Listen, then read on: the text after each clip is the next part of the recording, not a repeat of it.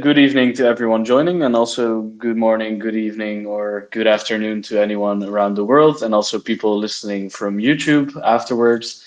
Today, we're doing the fourth edition of Pronoia Art Monthly on Tezos, where I talk about a topic related to some of the artists that have been minting and supporting Tezos, trying to get a perspective both on what the category of art means for them, but also how they define themselves within that category. A few weeks ago, we went into AI photography. We went into the matter of chance and generative art. And this week, we will be looking at retro art. Retro crypto art, I think, is a very common practice. I find it hard to define because I think retro means anything that's from like previous iterations moved into the modern world, kind of referring back. Interested to hear in the conversation what you guys think about that.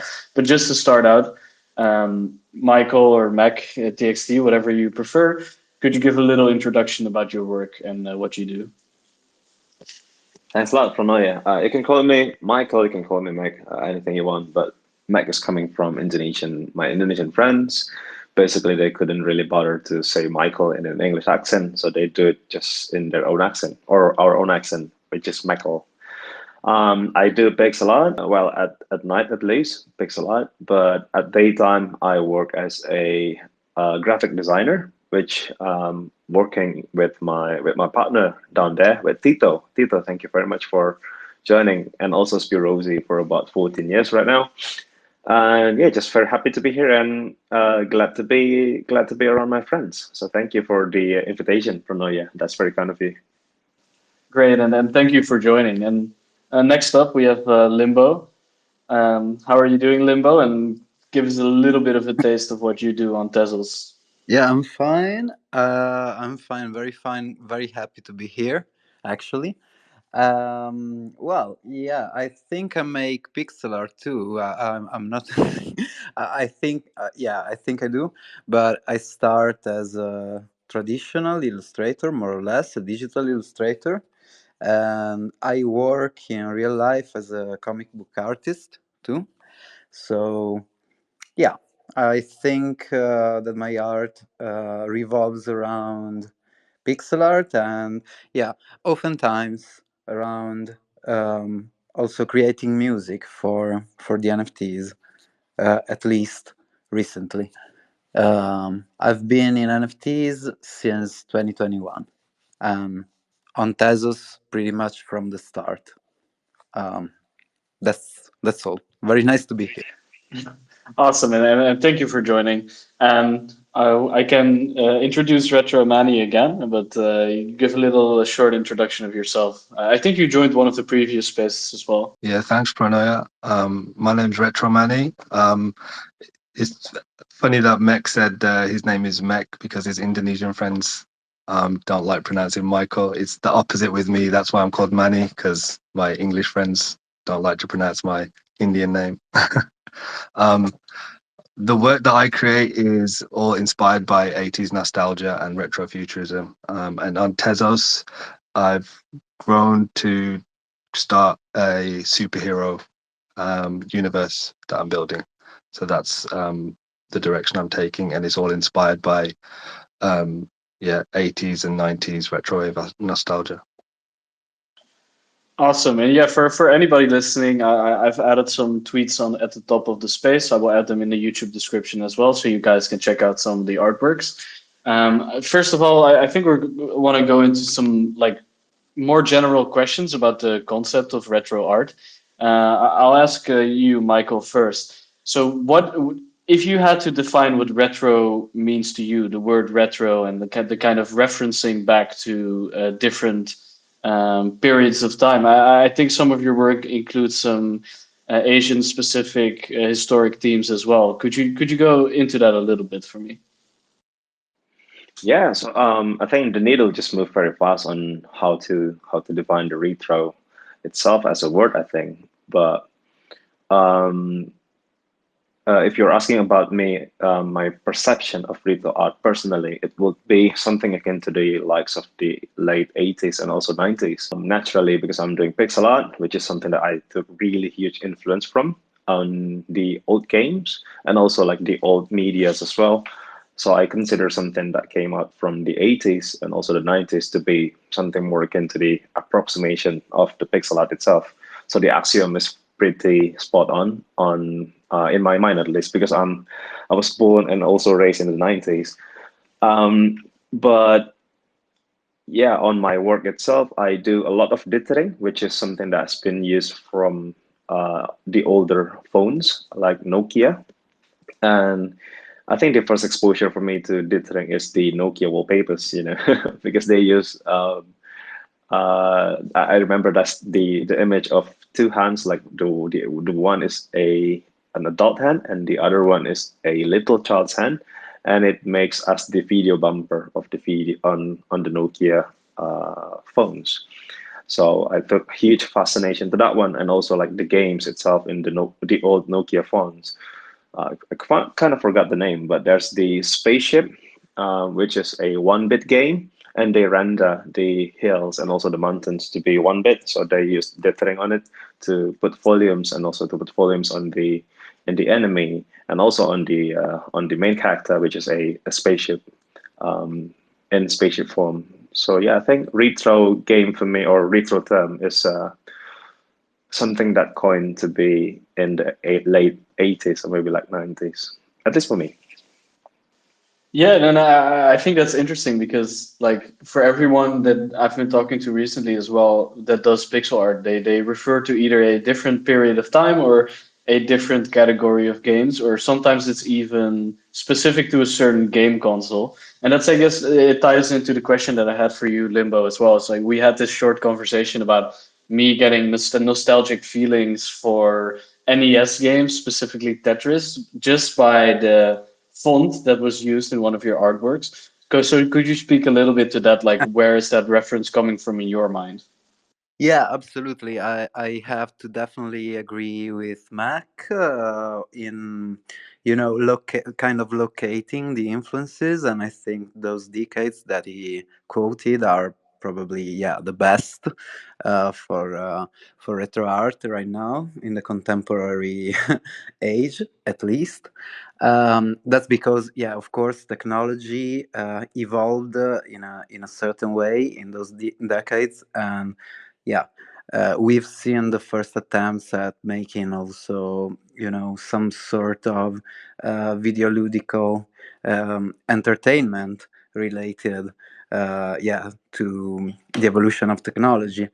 And yeah, personally, I love retro games too. I love Super Nintendo. Super Nintendo is the Super NES is my favorite console probably.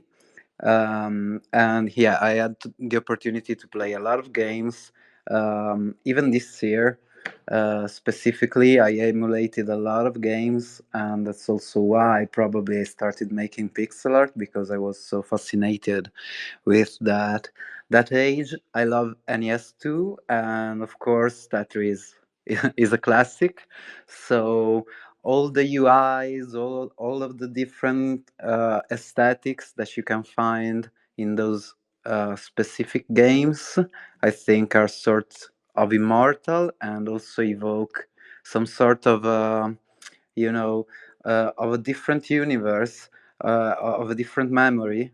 I think retro art can also be related to some movements, just like vaporwave, for example, which kind of distorts a reality, a memory we had as children, and kind of works on that.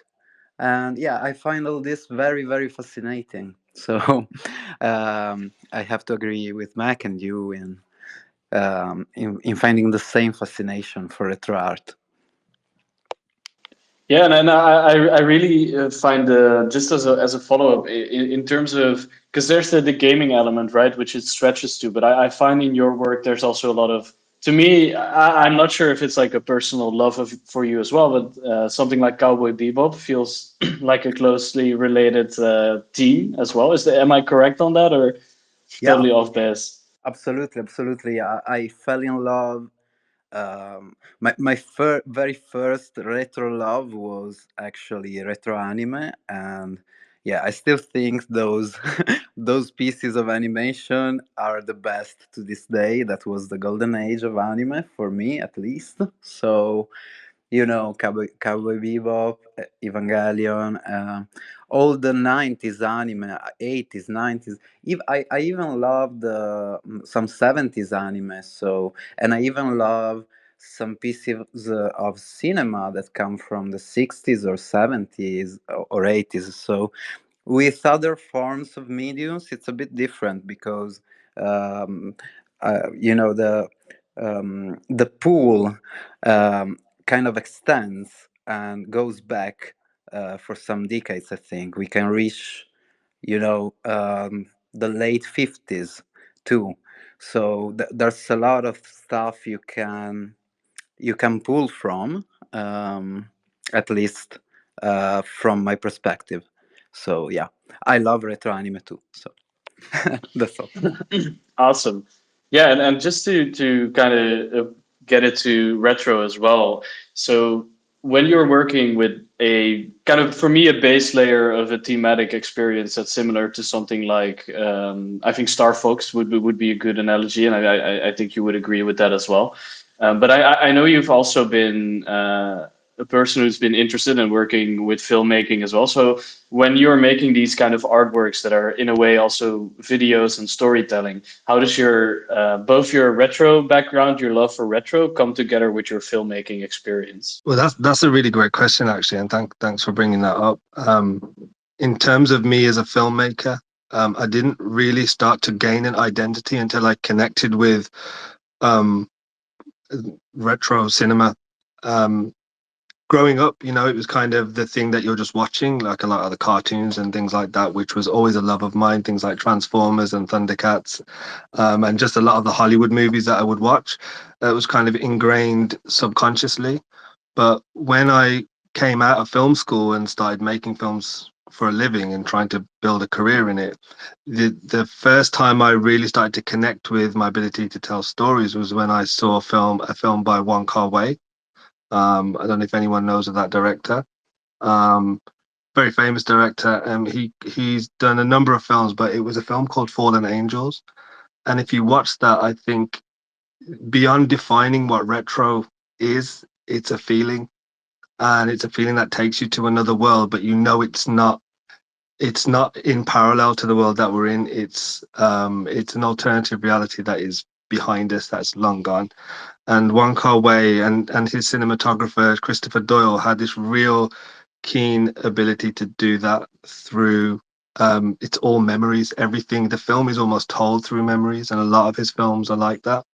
um and there's other similar filmmakers, like there's a Taiwanese filmmaker called Hao Shen, who did a film called Daughter of the Nile and Millennium Mambo. And again, I think you could watch those films and could be completely transported to what it means to be in that era, but in a kind of an alternative reality. Um, and I noticed about a lot of those films, when you're growing up, you don't realize it. For anyone who grew up in the 80s and 90s, but films were way slower back in those days. Stories were told with more, I think, more passion and more focus on the smaller moments. Even if you look at a lot of Ghibli films, for instance, there's just scenes of almost mundane things happening, which in a lot of content you will see now. And I use the word content because I think that's the only word appropriate in this day and age, whereas in those days it was stories and it was films and it was cinema. But everything is about trying to get to the message quick enough, trying to have an emotional impact very, very quickly. Whereas a lot of the films and the cinema I described was about a slow build and sitting with it, and it gradually creeping up on you. And it's a little bit like listening to, in the days where you would buy an album and listen to the entire album from start to finish, and by the end of it, you'd feel like there was a story that was told, and you connected with it. So I think my draw to retro as a concept and as a theme is slowing everything down and wanting to like soak up everything and be part of another world without rushing into it or without having a message kind of hammered down your throat. I hope that answers the question. Yeah, totally. And like the analogy to like listening to an entire album and like soaking in the content and keeping an open mind during what you're listening to instead of like messaging being so on the nose that it's almost hard to avoid.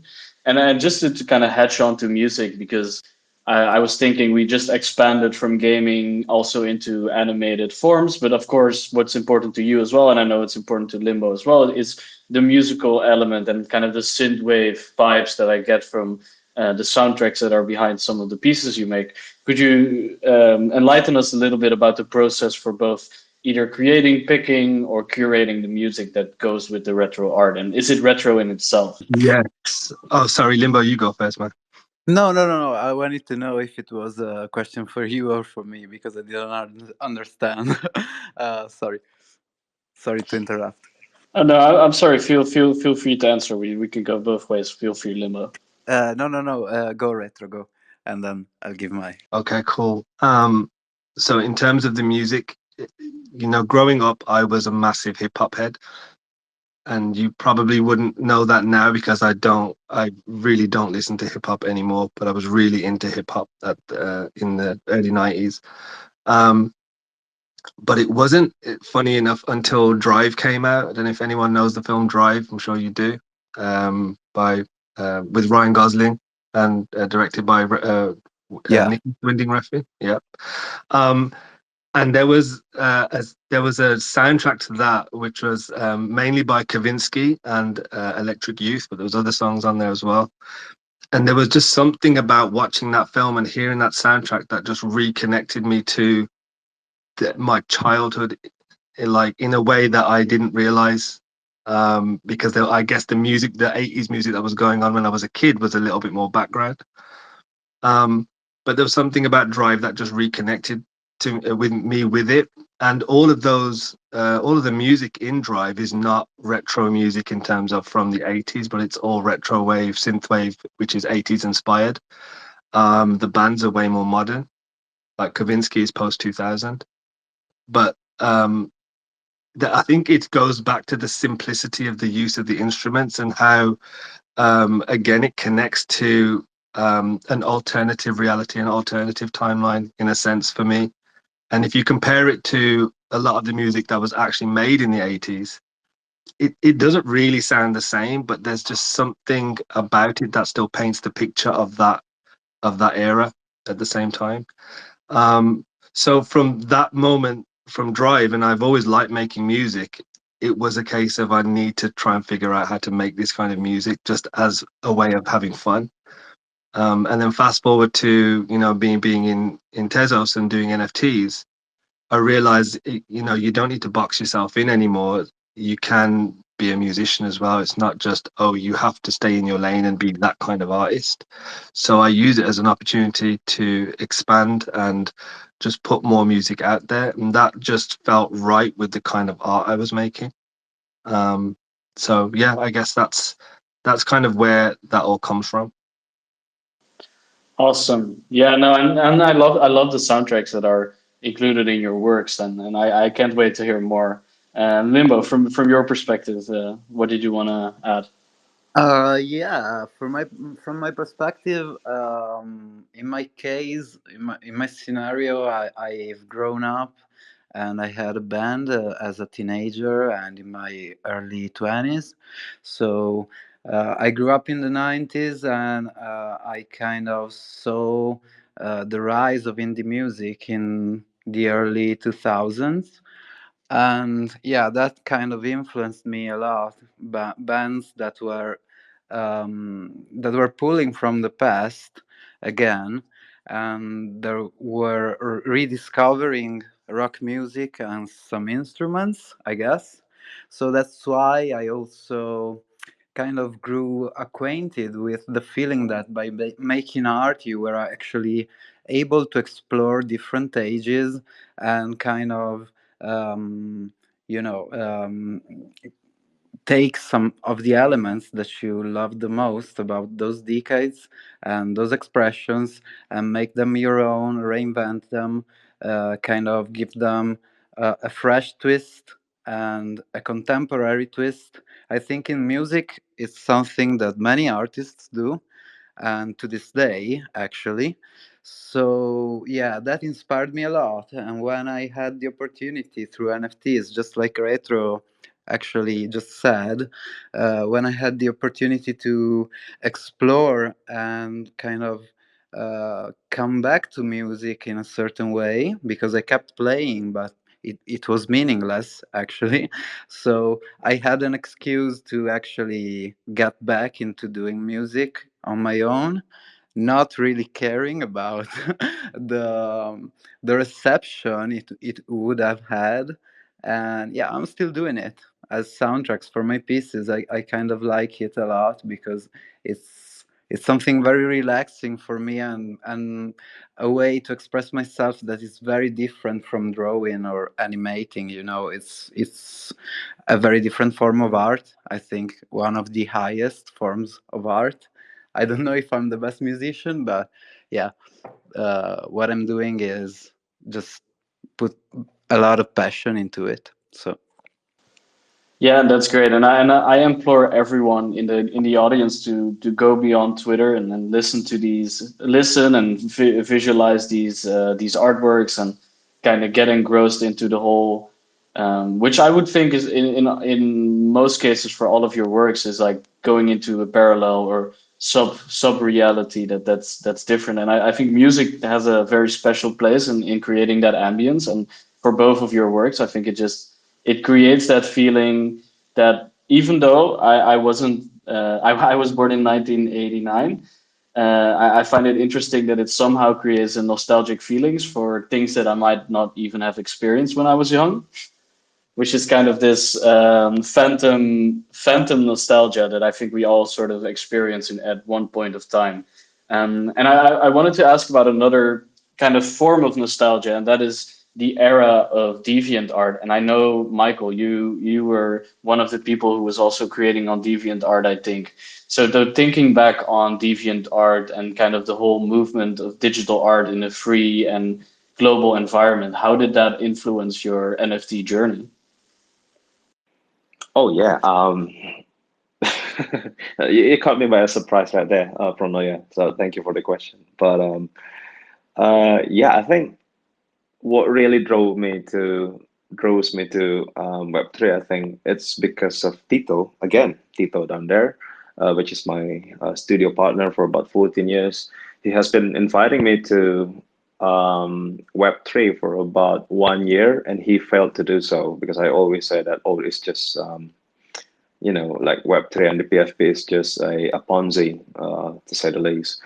But he managed to convince me because he once said when Terra Luna is down, he said to me that the dynamics in Tezos at least is too similar to what I experienced back then in Behance and also in DeviantArt, in the sense of that the creators and also the designers, illustrators, they are talking to each other and then sharing about how you do things and also how like what inspires you, and sometimes doing a collaboration as well, but it's few and far between.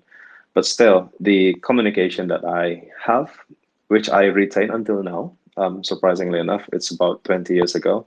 So I think it's the golden touch that a lot of the Web2 people just missed in that direction in Indonesia, especially because artists doesn't really talk to each other, that much online. I mean, so when Tezos is there and I join into the community and Tito introduced me to everyone, to each one of you, I believe, it just reminded me back into the days of the DeviantArt when the creators is just sharing about what they do and how they make it. And I think that's the most brilliant part of Web3, to be honest. Yeah, that's a beautiful comparison, and I remember being on DeviantArt and really feeling like this kind of connection to where we are now. And I sometimes I wish some of the social elements would be more present because I remember like communities going around a certain topic on DeviantArt and really creating like thousands of artworks in a similar style and finding each other that way. And I think we can learn a lot from that time as well. I wanted to ask you a more specific question, and don't blame me if I say this wrong, but you've mentioned before the influence of ukiyo-e and shinhanga masters. Could you describe a little bit about how these traditional Japanese art styles kind of inform or inspire your pixel art creations? You nailed it on the pronunciation. Don't worry about it, Pronoia. But yeah, um, I don't know if it's a bit of mumbo jumbo or not, but I'm influenced both spiritually and also by the visual style, obviously, in a lot of my artworks. But I think the spirit of the incremental progression that a lot of the older artists and the older masters do, I think it's just really inspiring for me, at least. To make the ukiyo-e and also the shinhanga is not really easy. You need a couple of people to help you, and you are doing it with wood planks. You're just carving it, and then to put multiple matrices of colors and different colors until it just makes something that's beautiful. And often you couldn't really trace back the wood itself in the final artwork, because it's just too soft, too subtle. And I think it has the same spirituality with pixel art, at least in what I do.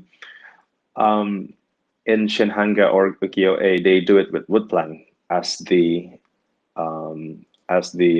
ingredient of how they make something that's subtle. But in pixel art, you have pixel boxes. So I think it has some sort of a similarities, although it's different, obviously. But also the spirit of the printmaking itself, because in Japan it was traditionally like artworks are traditionally a an instrument for the royalties, like the one that close to the emperor, and also the one that close to the royal family could only afford. But with the opening of the Japanese free market, and the middle class is just rising up, and they found another way to spend their money, which is on theater and also in entertainment, just like sumo battles or sumo championships. And the posters for this kabuki theater and also for the sumo wrestling competition is made from the ukiyo-e, like the printmaking, and eventually it just fizzles out into something akin to like common people could collect artwork, and I really like it basically. And yeah, that's how they influence me. Oh, that's awesome. And I when you said the placing of pixels or the pixel boxes, I had another question that kind of ties into that, and that is the meticulous like hand placing of pixels. Is that something that takes you to that place of like the traditional taking your time, moving everything to create those subtle differences? Is that what you're referencing to in your work? Yeah, absolutely. I think it has the same, well, not similar, of course, obviously, but for me at least, the taking my time, because I do all of my works manually. I never use AI or automation to an extent because it's my personal choice. I deliberately just uh, I want to take a full control of my own skill and growth, I think, if that makes sense. So I just minimize the automation tools as much as possible, not because I'm against it, right? Because I do collect a lot of the AI and also like the AI pixel art um, category itself. But I'm talking about me, right? This is my craft, and I care about my own growth, and I love to take control of the things that I do, especially for the art and creation itself. So I use minimal thing outside of my, my hands and my brain, my heart, if that's a thing. Yeah, no, that's beautiful, and I think it reminds me of kind of having expression be done through limitation and kind of the beauty in that. In retro art, I think, especially in pixel art, that's very present. I think working with the limitations, but also the limitations themselves being part of the narrative, I think has always been beautiful. And I kind of wanted to ask you, Limbo, specifically, because you sort of create an alternate reality in your creative process. So I wanted to know, like, in what ways do you want to engage your audience? What is the narrative you want to bring forth? And does it have anything to do with your personal experience, or is it more of an imagination of another world? Thank you. Thanks a lot for the question. First of all, I'm flattered. Thank you for for everything you said. Actually, my goal, my intent with my art has always been, yeah, to allow access from the audience to, yeah, a different kind of reality, sort of. I think I always aimed at that. I don't know if I succeeded always, but that was always the main goal. And yeah, I am actually influenced by my real life experiences. For example, this latest series that I'm creating on Tezos is very much influenced by by the fact that, first of all, I recently moved and I changed house. And so, yeah, since I I actually moved in a house that to me speaks, aesthetically at least, looks a lot like those old uh, horror mansions, that you can find in different places, in different narratives from the past. I wanted to homage the vibes that I'm living. And there's a lot of retro technology in here too, because I'm a retro maniac. So I have CRTs everywhere and stuff.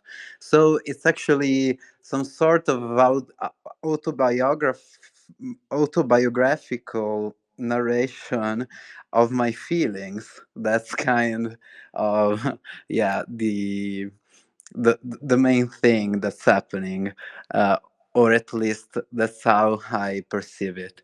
And yeah, outside from that, of course, I try to narrate what happens in my dreams, what happens in my fantasies, and there's that element too. I'm trying to mix um, every element that actually occurs and happens to be part of my experience in life, both the dreamlike experience and the practical one, into something that I hope will challenge the audience, and also yeah, we'll make them play, because I think it's also pretty fun. I hope that's fun what I'm doing. I mean, I'm trying to make stuff that's fun to look at and also entertaining. You know, so yeah, my goal is to pursue that route forever, hopefully, and to be able to do it, because I love actually entertaining people, and I also love that on Tezos I find the kind of audience that is exactly the audience I'd like to look for, that I'm looking for, because I don't think in other chains I would have been able to have some passionate fans just like the ones that I found on Tezos. Sometimes people DM me just to say, you know, I love your pieces and stuff like that, and it's very pleasing to know that, really. So yeah, I hope I can pursue this direction forward. Yeah, that's awesome, and I love to say that I'm one of those people that really enjoys your work, and it's very interesting to hear that haunted house, which is one of the pieces that I really love, that is actually inspired by something in your surroundings. I think that makes it extra special. And just to kind of to follow up on that, for you, retro Manny, I assume you don't live inside of a spaceship, so we can kind of cross that one off. But how does your reality, how does your personal lifestyle influence that kind of fantasy world that you're creating? Because I know your character goes beyond just one artwork. You're trying to create a experience, a sort of universe of different characters. So what is your relation to your real life in that? It's it actually goes quite deep, to be honest, and it took a while to get there. And I know on the surface, it's it's a superhero and it kind of looks like something for children, but at the same time, it all started after I had a heart attack, which I'm sure some of the people in this space have probably heard me say this 1,000 times now. But yeah, I had a heart attack before I came into NFTs, and I was very very lost, and it kind of threw up a lot of it kind of brought a lot of subconscious things that had been living with me since childhood all to the front, and I kind of went through this deep depression. It was short lived, but it was intense. And it wasn't until I kind of started re-looking at my life and then starting to move into digital art that I started to understand myself a little bit better. And then the idea of Retro Man came about, and I knew I wanted to tell a story through this character, but I didn't know quite how. But as I started to kind of come out of my shell a little bit and understand myself a little bit better, I realized that the character really is about my journey from being essentially, I felt like I was going to die, completely losing myself, and then having to go on this journey to rediscover myself again. So that's, and it kind of goes back to what I said, the old films, you would have to sit and really understand them over a long period of time to develop an emotional connection, and that's what I want to do with Retro Man. It's people sitting with him for a while to understand what he has to go through and understand the experience that is going to make him who he is. Um, and I love doing that in real time. So every time I'm discovering more about myself, I'm telling that story bit by bit. It's not coming out in the work immediately, but I'm writing it down and then I'm slowly making the animations to continue the story along, because the idea is that he goes from the furthest reaches of the galaxy and he will make his way to Earth. And by the time he gets to Earth, he will have discovered who he is and he will stand in his true power. So that's kind of the idea of it, and I'm hoping that I'll find my true power by the time he gets there.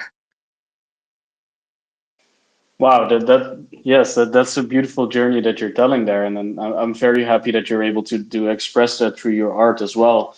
And I was just from a personal curiosity because I know like the stretch of what you're thinking about when you're describing this character, but also when you're bringing it forward in the art is it's living inside of a particular world. So what do you imagine that Retro Man? What kind of world is Retro Man in? Is it a world similar to ours? Is it a world contextualized by the retro that you felt in your youth? Or are you trying to really get close to something very personal there? I would say it's a mixture of all. So the idea of retro is, sorry, there's someone with a lawnmower outside. Just shut my window. Um, the idea of using the concept of retro art and being a throwback to a lot of things that I grew up with is partly is just a delivery. It's a way of delivering the art and the experience so people can connect with the aesthetics of it. But also it's that subconscious thing of me being a kid and bringing the kid back out again, the kid that couldn't express himself, and using all those experiences now, rather than, when I was in cinema, it was always about how to make. I was an art house filmmaker, so it was all about being overly sophisticated, which got to me a lot. So the retro kind of really simplistic, low poly visuals is me kind of rebelling against that in a sense. So it's a mixture of both. And in terms of sorry, what was the second part of the question? If you had to imagine, or I probably guess you have imagined this before, what is the sort of world that Retro Man lives in, just from a fantastical perspective? Okay, yeah. So in terms of the world, it's very much inspired by my spiritual experiences, and to be clear, not religious experiences. Even though we kind of grew up with some religion around us, being from an Indian family, but it's more from a spiritual experience and about um, how everything in the universe is connected, and that's kind of the story I'm telling. So in a sense, it's connected to what we're going through here on Earth right now, and the human experience that is, depending on what perspective you look at it from, can either be seen as very, very dire and very difficult and tragic, or there's hope and there's potential. So it's kind of taking my ideas of spirituality and being connected to everything in the universe, and kind of bringing it to our reality as a means of, or maybe there is hope, maybe there's something that we can be saved as humanity, and there is a future that is looking bright despite how bleak things are looking. Which is kind of a classic superhero tale, in some respects. And the whole idea of Retro Man is that he comes from a different dimension. Um, so it's kind of he's crossed over from one reality into another. He was exiled from that dimension, and that kind of represents my heart attack. But he was exiled from that dimension, and then he kind of lost himself, and so he's finding his way to our reality, which is Earth. So I guess it's kind of complicated to explain, but it's that journey from being, purely spiritual and everything's going to be fine to suddenly finding yourself lost and then having to go on that really long journey to realize the state of the world that we're living in, the state of everything, and then thinking, well, what can be done to help and what can be done to save that. Wow, that's a beautiful mixture of both reality, being grounded, but also a spiritual experience of finding yourself. I think that's, yeah, I think you beautifully explained that. And I think people looking at your art and realizing what's happening there, I think that creates a beautiful context there. I think we have about 13 minutes left, and I have two questions that I would kind of like to ask to all of you. So I'll just go past all of you. So, Michael, I wanted to ask you this first. So, the art that you guys create has a sort of a reference to a certain time period. And I was really thinking, especially for myself, but I know a lot of other collectors as well that are either in their early 20s or maybe even still in their teens, and they're experiencing this as a digital audience. So how do you think it compares the experience for those people who have not like experienced the true nostalgia versus the people that were there during the time? Do you think younger audiences can still latch on to something even though it isn't part of their own kind of retro experience? Yeah, I think for me personally, if I see an old painting by, like Alma Tadema, perhaps, back in the 1700s, I believe, or Vermeer, perhaps, I do feel that kind of a nostalgia. But I'm obviously not living in the 1700s. I think the same formula could apply in here. Obviously, I'm not the one to decide. I'm not the one to judge if there's anyone who see the artwork, with the same lens that I see, like Vermeer, perhaps. But yeah, I think the nostalgia is could be, or at least could be adopted for sure. That's what I personally believe in. But I think most importantly, beyond all of the like a forced nostalgia concept that I want to convey to the younger audience. I don't think that's my message at all. Perhaps more into the sense of on for the younger generations, and also for the perhaps the older generations or even our generations, we have a thing in common, which is we like to learn about people, most especially for those who are genuinely into the art. They are often probing into the craft and also the creator itself as well. And I think the bridge between the collector, be it the younger audience, be it the older audience, if they learn about you, if they learn about your craft, I think that could be an even stronger call for the adoption of the nostalgia itself, I think. Yeah, so I think that's from me at least. Hopefully it's enough. Thank you. Yeah, no, totally. I totally get that connection. And Limbo, what do you think? Yeah, absolutely agree with Mac, and I want to add that I think that younger audiences, I think that must be um, I think that for younger audiences, getting in touch with something that is suspended in time, kind of, is also part of an educational process, probably. At least for me, when I was kind of younger, I got in contact with some 1960, 1960-ish Marvel comics, for example, and I fell in love with them. I actually was very pleased with what I read, and also I was very attracted by the visual style that was typical from the 60s that those comics had. So I think there's soap for everyone.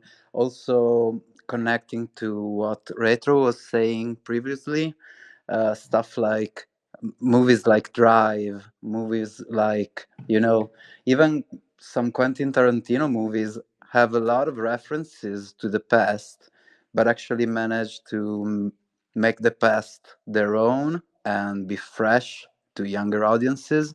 So I want to hope that we can still produce this kind of culture and be able to divulgate, and also, yeah, to be able to get people into the past, simply to discover the past, the gems that come from the past, maybe through a fresh take that we can provide.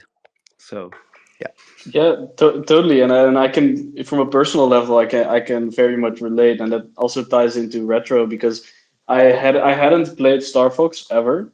I knew about the barrel roll, I saw all that stuff, but when I saw retro's art, I was like, I should probably download an emulator and try it out. So I recently did that, and I tried out Star Fox, and it's a really fun game. So just to ask the same question to you, retro, like are you trying to get people into these kind of teams? Are you just trying to contextualize them, or is there anything you would like to do for audiences that have maybe not experienced those retro aspects? Firstly, that's awesome that you downloaded Star Fox. It is a classic. I think in terms of what I said earlier, it's partly a vehicle to deliver a story. Um, but I think as we're moving to an era where the ability to create art, completely perfect looking art, suit like really pristine visuals, is getting almost insane.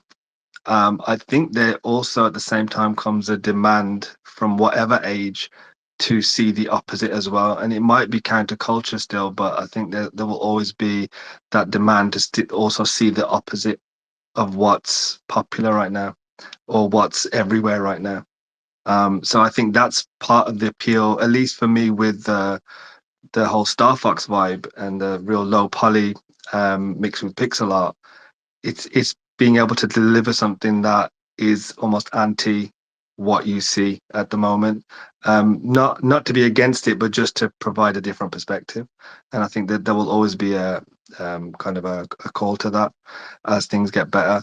But also, it reminds me of I'm a massive fan of the 1986 Transformers movie, and I've watched a few now YouTube videos of young people with their YouTube channels watching it and reacting to it. Don't ask me why I'm watching it, but I find it really fascinating because they're really blown away by what they see.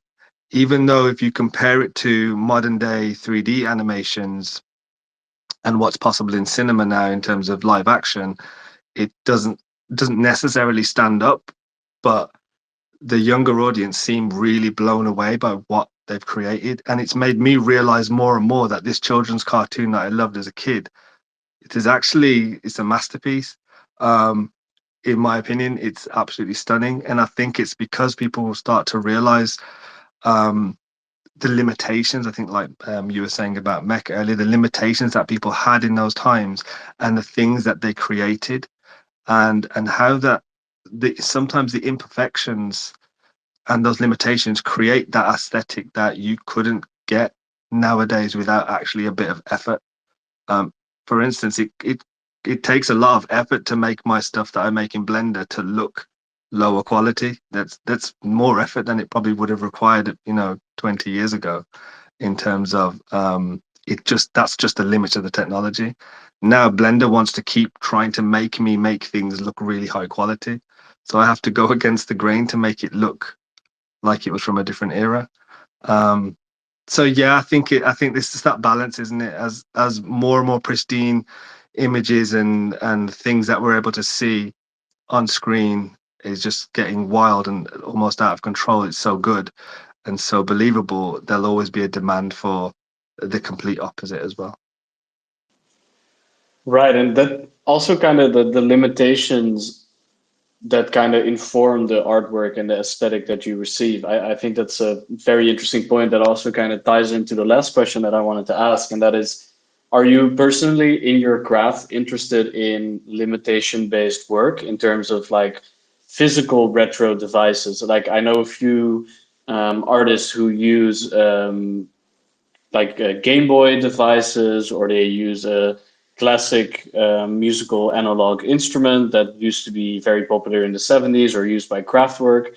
Is there any interest, and I'll ask it to you first, Michael, in using these kinds of physical elements that are analog or semi-digital in your work? Yeah, I do. I had a couple of tries to put my artworks in CRT, in the old CRT monitors. But apart from that, I haven't really done much, to be honest. I'm only in the space for like maybe like not even 1.5 years for now. But yeah, I have a couple of ideas in mind, keen to do it, and I think, well, I'm still young. Hopefully, I'm still young. I can do more in the future, but I do interested, Pronoia. Awesome. And what about you, Limbo? Yeah, actually, same. I developed a lot of interest towards abandonware, that is basically some sort of a movement, or I don't know how to define it, but it's basically the idea of using retro tech in order to make stuff that looks exactly like it comes from RetroTech. So you can emulate, for example, some old programs, and in that way, you are able to, you know, make the art exactly like it's supposed to look like. I'm exploring that. It's very hard, actually, because there are a lot of limitations. So if you want to keep some sort of quality, the kind of quality that you're used to within your work, made with contemporary programs, it's a bit harder. But I think there's a lot of learning curve, and there are some artists, at least in the space and even in the Tezos ecosystem, who do this incredibly well. And I wanna actually say their usernames. One is Captain, and the other is Muji, which both use Deluxe Paint, which is an old program, which, yeah, is supposed to make pixel art the way it was conceived in the 80s, basically. And that's amazing to me. It's very fascinating, very, very, very, very fascinating topic. So we'll see if I learn something and I'll be able to make it. Exciting, yeah, and I think it ties in beautifully to the project that Object has been doing with the Paint 98, I think. Sure, Like sure. yeah. Have you guys done a work for? Has any of you done a work for the Paint 98? I Mac has done I one. do. I do. I think you Awesome. do too, Limbo, right? No, I actually tried multiple times, but everything that I was drawing looked very, very bad. So I need to retry again. I still have 1 day left before submitting. I think so. I'll try today, tonight. And Please share the work in progress. We want to see. no, it's horrible. I tried multiple times and erased everything. So I don't have any work in progress yet, but I'll try again tonight. And Mac's work is amazing, by the way. So check it. Definitely checking that out after the show. And okay, just to end it off with retro, I the same question to you. I know you mentioned using Blender and how that can sometimes be hard to make low poly stuff in such a highly sophisticated modern program. So, are you tempted, or have you done any work in like older retro fitted programs? No, my limitation is kind of something different because the room that I'm in is a very tiny box room in my house. It's not even fit for a bed. It's like just over 2 meters by 2 meters.